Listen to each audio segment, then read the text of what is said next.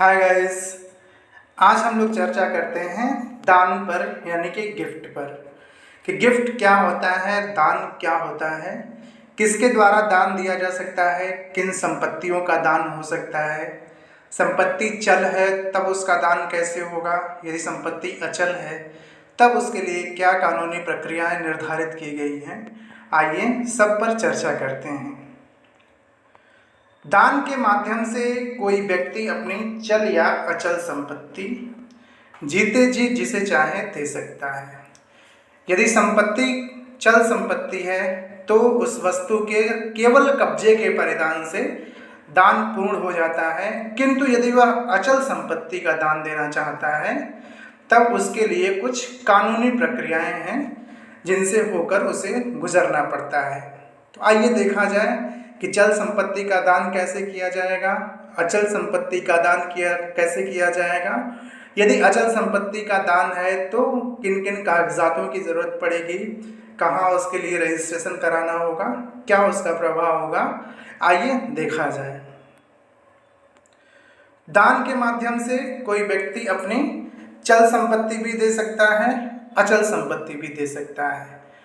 और फायदे की बात यह है कि वसीयत की तरह इसका प्रभाव मरने के बाद नहीं होता है, बल्कि जीते जी ही दान का प्रभाव हो जाता है। अब जो है पहले हम लोग कानूनी प्रक्रियाओं को समझ लेते हैं जो दान को डील करते हैं। तो ट्रांसफर ऑफ प्रॉपर्टी एक्ट की धारा 122 दान को परिभाषित करती है। तो दान किसी वर्तमान जंगम या अस्थावर संपत्ति का वह अंतरण है जो एक व्यक्ति द्वारा, जो दाता कहलाता है, दूसरे व्यक्ति को, जो कि अदाता कहलाता है, स्वेच्छा और प्रतिफल के बिना किया गया हो और अदाता द्वारा या उसकी ओर से प्रतिगृहित, मतलब जो ग्रहण कर रहा है दान को, वह उसे ग्रहण कर रहा है। तो प्रतिग्रहण कब करना होगा? ऐसा प्रतिग्रहण दाता के जीवन काल में और जब तक वह देने के लिए समर्थ हो करना होगा। यदि प्रतिग्रहण करने से पहले अदाता की मृत्यु हो जाती है तो वह दान शून्य हो जाता है। मतलब कि दान व्यक्ति के द्वारा किया गया, लेकिन जिस व्यक्ति को वह दान किया गया है उसे स्वीकार करने से पहले उस व्यक्ति की मृत्यु हो जाती है जिसे वह संपत्ति दी जानी है। तो इस दशा में कानून यह कहता है कि वह दान शून्य हो जाएगा। एक और धारा हम लोग देख लेते हैं, 123, यह भी संपत्ति अंतरण अधिनियम का है। अस्थावर संपत्ति के दान के प्रयोजन के लिए वह अंतरण दाता द्वारा या उसकी ओर से हस्ताक्षरित और कम से कम 2 साक्षियों द्वारा अनुप्रमाणित रजिस्ट्रीकृत लिखत द्वारा करना होगा। यानी कि यदि उस व्यक्ति के द्वारा अचल संपत्ति का दान किया जाना है, अस्थावर संपत्ति है, इमूवेबल प्रॉपर्टी है, जैसे जमीन का दान करना चाहता है, घर का दान करना चाहता है, तो उस दशा में कम से कम 2 गवाह रहेंगे जो हस्ताक्षर करेंगे और रजिस्ट्रीकृत लिखत द्वारा जो है उसका ट्रांसफर, उसका दान हो सकेगा। जबकि जंगम संपत्ति के दान के प्रयोजन के लिए अंतरण या यथापूर्वक प्रकार से हस्ताक्षरित रजिस्ट्रीकृत लिखत द्वारा या परिधान द्वारा किया जा सकेगा।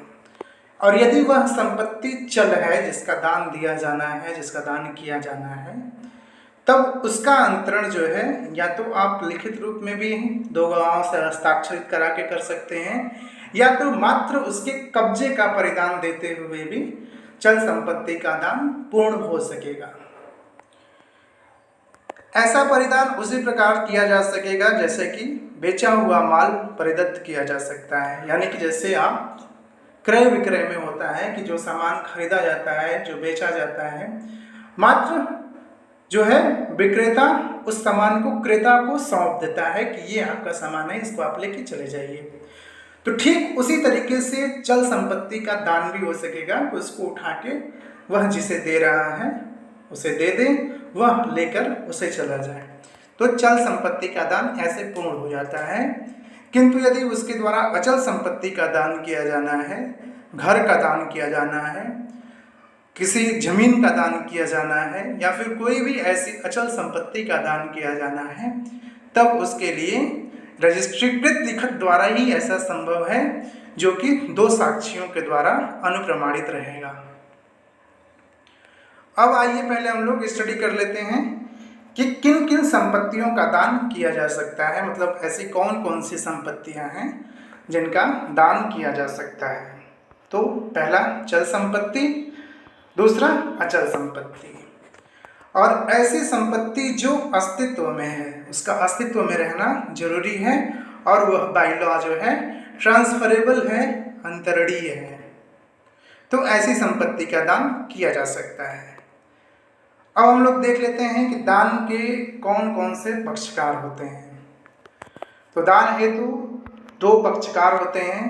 पहला जो दाता होता है, यानी कि दान करने वाला, जिसे इंग्लिश में डोनर कहते हैं। तो दाता या डोनर वह व्यक्ति होता है जो संपत्ति का दान करता है, और कोई भी व्यक्ति जो स्वस्थ मस्तिष्क का है और एग्रीमेंट करने के लिए सक्षम है, तो वह व्यक्ति जो है दाता हो सकता है, वह अपनी संपत्ति का दान कर सकता है। कोई अवयस्क बच्चा दाता या डोनर नहीं हो सकता है, यानी कि विधि जो है वह यह व्यवस्था की है कि ऐसा कोई भी व्यक्ति जिसकी उम्र 18 वर्ष से कम है, वह अपनी संपत्ति का दान नहीं कर सकता है। दूसरा पक्षकार होता है आदाता, यानी कि डोनी, जिसे आम भाषा में जिस व्यक्ति को वह संपत्ति दी जा रही है, दान की जा रही है, वह व्यक्ति होता है। तो आदाता या डोनी वह व्यक्ति होता है जिसे संपत्ति दान के माध्यम से अंतरित की जाती है। आदाता कोई भी अवयस्क भी हो सकेगा, यानी कि इसके लिए जरूरी नहीं है कि वह मेजर ही हो, बल्कि जिसे संपत्ति दी जा सकती है वह कोई अवयस्क बच्चा भी हो सकता है, यानी कि जिसकी उम्र 18 वर्ष से कम हो। किंतु शर्त यह है कि उसकी तरफ से उसका गार्जियन, उसका संरक्षक जो है वह दान स्वीकार कर लेता है। अब अचल संपत्ति का दान है, चाहे यदि चल संपत्ति के मामले में भी उसे ऐसी उसकी इच्छा है कि इसे भी जो है रजिस्ट्रीकृत लिखत द्वारा ही तैयार किया जाए, तब उसे गवाह की जरूरत पड़ती है।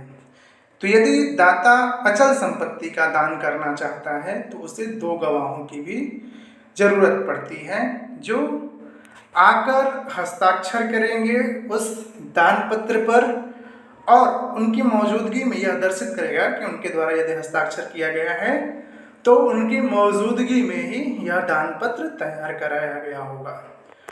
और यदि कभी डिस्प्यूट एराइज होता है, कभी विवाद उत्पन्न होता है, तो वो जाके कोर्ट में गवाही देते हैं कि ये सारी चीज़ें जो हैं उनकी उपस्थिति में तैयार की गई थी, और उस वक्त चूंकि वह घोषणा भी करता है जो दाता होता है कि वह होशहवास में था, वह स्वस्थचित्त था, तो गवाहों की जरूरत भी पड़ती है अचल संपत्ति के दान में। अब आता है दान पत्र। दान पत्र वह दस्तावेज होता है जिसके माध्यम से दाता अपनी संपत्ति को आदाता को जिसे देना चाहता है उसे देने की घोषणा करता है। तो दान पत्र एक कानूनी दस्तावेज है। कोई व्यक्ति दान पत्र लिखकर अपनी चल अचल संपत्ति को जिसे चाहे दान कर सकता है। दान पत्र के माध्यम से यह वह घोषणा करता है कि मेरी ये संपत्ति, जिन्हें वह देना चाहता है उसका नाम लिखता है, उनको चली जाए। तो दान पत्र के माध्यम से ऐसे आशय की घोषणा करते हुए वह एक दस्तावेज तैयार करता है और उस माध्यम से वह संपत्ति जिसे देना चाहता है उसे देने की घोषणा करता है। तो आइए दान पत्र का फॉर्मेट देख लेते हैं कि दान पत्र कैसे लिखा जाता है। तो लिखेगा कि यह दान पत्र आज दिनांक, यानी कि उसमें तारीख लिखेगा, को जिसके द्वारा जो है, यानी कि जो दाता है वह अपना नाम लिखेगा, अपने पिता का नाम लिखेगा, अपनी उम्र लिखेगा, अपना पता लिखेगा, मोहल्ला, वार्ड, तहसील, जिला, ठीक, ये सारी चीज़ें लिखते हुए जिसे आगे वचनदाता कहा जाएगा, इस व्यक्ति को अब वचनदाता कहा जाएगा, एवं जो इस दान पत्र का एवं पक्षकार है और दूसरी तरफ वो लिखेगा उसका नाम जिसे वह संपत्ति देना चाहता है। तो उसका नाम लिखेगा, उसके पिता का नाम लिखेगा, उसका निवास लिखेगा, मकान नंबर, मोहल्ला, वार्ड, तहसील, जिला, सारी चीज़ें उसकी भी लिखी जाएंगी। इसके बाद जिसे आगे दान ग्रहीता कहा जाएगा एवं जो इस दान पत्र का द्वितीय पक्षकार, यानी कि प्रथम पक्षकार दाता हो गया और दूसरा जो है आदाता हो गया या दान ग्रहीता हो गया, जिसे आगे दान ग्रहीता कहा जाएगा। चूंकि प्रथम पक्ष का संपत्ति जिसका विवरण अनुसूची में दिया गया है, प्रथम पक्षकार उक्त संपत्ति का एकमात्र स्वामी है। तो पहले तो ये बताएगा कि जो संपत्ति वह देना चाहता है वह उसका मालिक है, उसका उपभोग कर रहा है, उसका उपयोग कर रहा है, और जिसे जो है इसके अनुमानित मूल्य भी लिखेगा कि इतना रुपया है, और जो है यह अपनी उक्त संपत्ति का दान द्वारा निष्पादन करना चाहता है।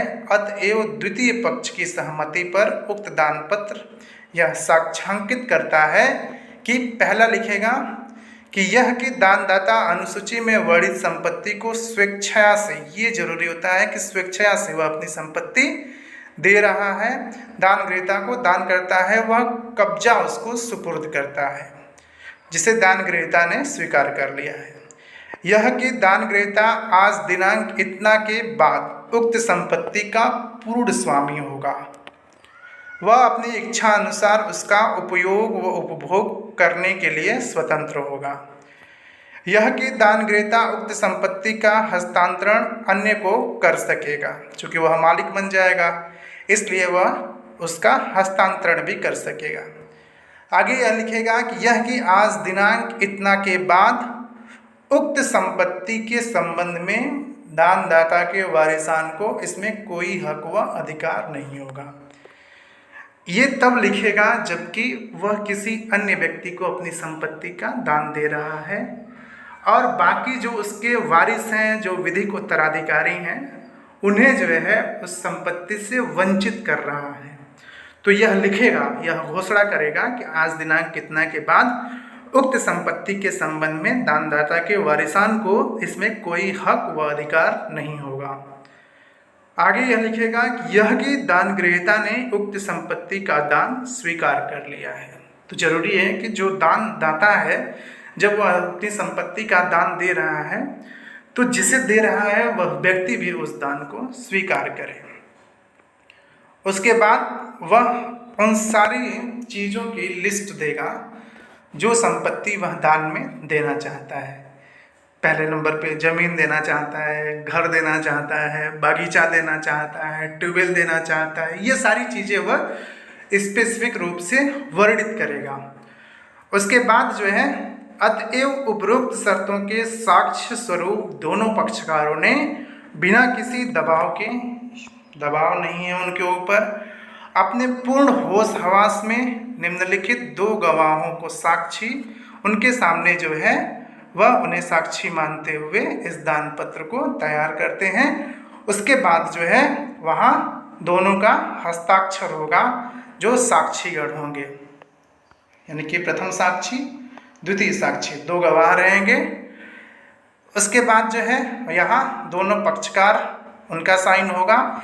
इस तरीके से दान पत्र तैयार किया जाता है। अब आइए हम लोग देखते हैं कि दान के लिए क्या क्या आवश्यक चीज़ें होती हैं, बड़े प्रैक्टिकल एस्पेक्ट में देखते हैं। दान के लिए निम्न दस्तावेजों की आवश्यकता होती है। पहला दान पत्र, दूसरा आईडी प्रूफ जैसे ड्राइविंग लाइसेंस, पासपोर्ट इत्यादि जो है, तीसरा पैन कार्ड, उसके बाद जिस संपत्ति का दान दिया जाना है उस संपत्ति का प्रूफ, जैसे ज़मीन के मामले में खतौनी या सेल डीड, चल संपत्ति है तो उसका बिल या रसीद इत्यादि वह लगाएगा। इसके बाद स्टाम्प ड्यूटी लगती है, यदि इसको रजिस्ट्रीकृत कराना है तब स्टाम्प ड्यूटी जो भी विहित फीस है उसको जमा करेगा और अन्य आवश्यक कागजात जो संबंधित अधिकारियों द्वारा मांगे जाएं वो लगाए जाते हैं। इसके बाद दान पत्र का रजिस्ट्रेशन कराया जाता है। तो पहला स्टेप हो गया कि हम लोगों ने दान पत्र का प्रारूप ड्राफ्ट कर लिया, उसको लिख लिया। दूसरा, 2 गवाहों के साथ इस पर हस्ताक्षर हो गया, गवाहों ने आके हस्ताक्षर कर लिया, दान पत्र का स्वरूप ड्राफ्ट हो गया। निर्धारित मूल्य का स्टाम्प पेपर जो है वो प्रिंट कर लिया आदमी, उसको उस पर लिख लिया। उसके बाद दान पत्र को लेके वह जिला के रजिस्ट्रार या सब रजिस्ट्रार के पास रजिस्ट्रेशन के लिए जाता है। यानी कि वह इतना करने के बाद उन सारे डॉक्यूमेंट्स को लेके उसके पंजीकरण के लिए उसके रजिस्ट्रेशन के लिए वह सब रजिस्ट्रार या रजिस्ट्रार के ऑफिस में जाता है, वहाँ उसका रजिस्ट्रेशन कराता है अपने दान पत्र का। तो हर जिले में सब रजिस्ट्रार की ऑफिस होती है जो ऐसे मामलों में रजिस्ट्रेशन करके वह पक्षकारों का सहयोग करते हैं। अब आइए हम लोग देखते हैं कि दान पत्र और वसीयत में क्या बेहतर होता है। यानी कि दान पत्र के माध्यम से भी संपत्ति दी जाती है, वसीयत के माध्यम से भी संपत्ति दी जाती है, लेकिन दोनों में बेहतर कौन है, दोनों में अच्छा कौन है, आइए एक बार उस पर भी चर्चा कर लेते हैं। तो दान पत्र और वसीयत का प्रयोग संपत्ति को ट्रांसफर करने के लिए, संपत्ति का परिदान करने के लिए, संपत्ति का अंतरण करने के लिए किया जाता है। जहां वसीयतकर्ता के मृत्यु के बाद काम करता है। यानी कि वसीयत का नियम ही यह होता है कि किसी भी व्यक्ति के द्वारा वसीयतनामा लिखा गया है, उसकी मृत्यु के बाद ही वह संपत्ति उसको जाती है जिसको वसीयतनामा में नामित किया गया है। किंतु वहीं दान पत्र दान करने वाले के जीवन काल में ही, यानी कि इसके लिए मृत्यु की जरूरत नहीं पड़ती है, जीवन काल में ही संपत्ति दान पाने वालों को मिल जाता है। वसीयत में यह सुविधा है कि इसे बनाने के बाद आप चाहे कितनी बार भी बदल सकते हैं। वसीयत को रजिस्ट्रेशन की आवश्यकता नहीं होती है, किंतु यदि वो भी ऑप्शनल होता है कि वसीयत का रजिस्ट्रेशन कराया जाए या न कराया जाए, यह पक्षकारों के ऊपर ही रहता है। किंतु ठीक यही रहता है कि वसीयत का भी रजिस्ट्रेशन करा लिया जाए भविष्य में विवादों से बचने के लिए। जबकि दान पत्र एक बार रजिस्टर्ड हो जाता है तब इसे बदला नहीं जा सकता है। यह उन मामलों में ज़्यादा लाभदायक होता है जहां पर किसी व्यक्ति को यह डर रहता है कि उसके मृत्यु के पश्चात उसके परिवार के सदस्यों के बीच प्रॉपर्टी को लेकर तनाव बन जाएगा। यानी कि उसको यह लगता है कि मेरी मृत्यु के बाद पता नहीं संपत्ति किस शेयर में, किस भाग में किसे मिले, कौन उसके लिए विवाद उत्पन्न करे, कौन माने कौन ना माने। तो इसलिए अच्छा यही रहता है कि वह अपने जीते जी ही सारी संपत्तियों को जिन्हें चाहता है, जिस अनुपात में चाहता है, वह बांट दे। तो ये दान के माध्यम से संभव होता है, दान पत्र के माध्यम से ऐसा संभव होता है। इसलिए सुविधाजनक यही होता है कि दान पत्र बनाकर संपत्ति को अपने जीते जी जिनमें बांटना चाहता है वह बांट दे, ताकि भविष्य में कोई पारिवारिक कलह या कानूनी विवाद न पैदा हो। क्योंकि दान पत्र भी रजिस्टर्ड होता है जो संपत्ति हस्तांतरण का एक कानूनी सबूत होता है। तो वसीयत से कहीं भी कमजोर दान पत्र नहीं होता है, बल्कि ठीक ही होता है कि जिसे आदमी देना चाहता है संपत्ति, उस व्यक्ति को अपने जीते जी वह दे सकता है। इसलिए हम लोगों ने आज यह अध्ययन किया कि दान पत्र क्या होता है, दान के माध्यम से जो है कौन कौन सी संपत्ति दी जा सकती है, और दान तथा वसीयत में क्या बेहतर होता है। तो इन सारी चीज़ों का हम लोगों ने अध्ययन किया। बहुत बहुत दोस्तों, आप सबको धन्यवाद।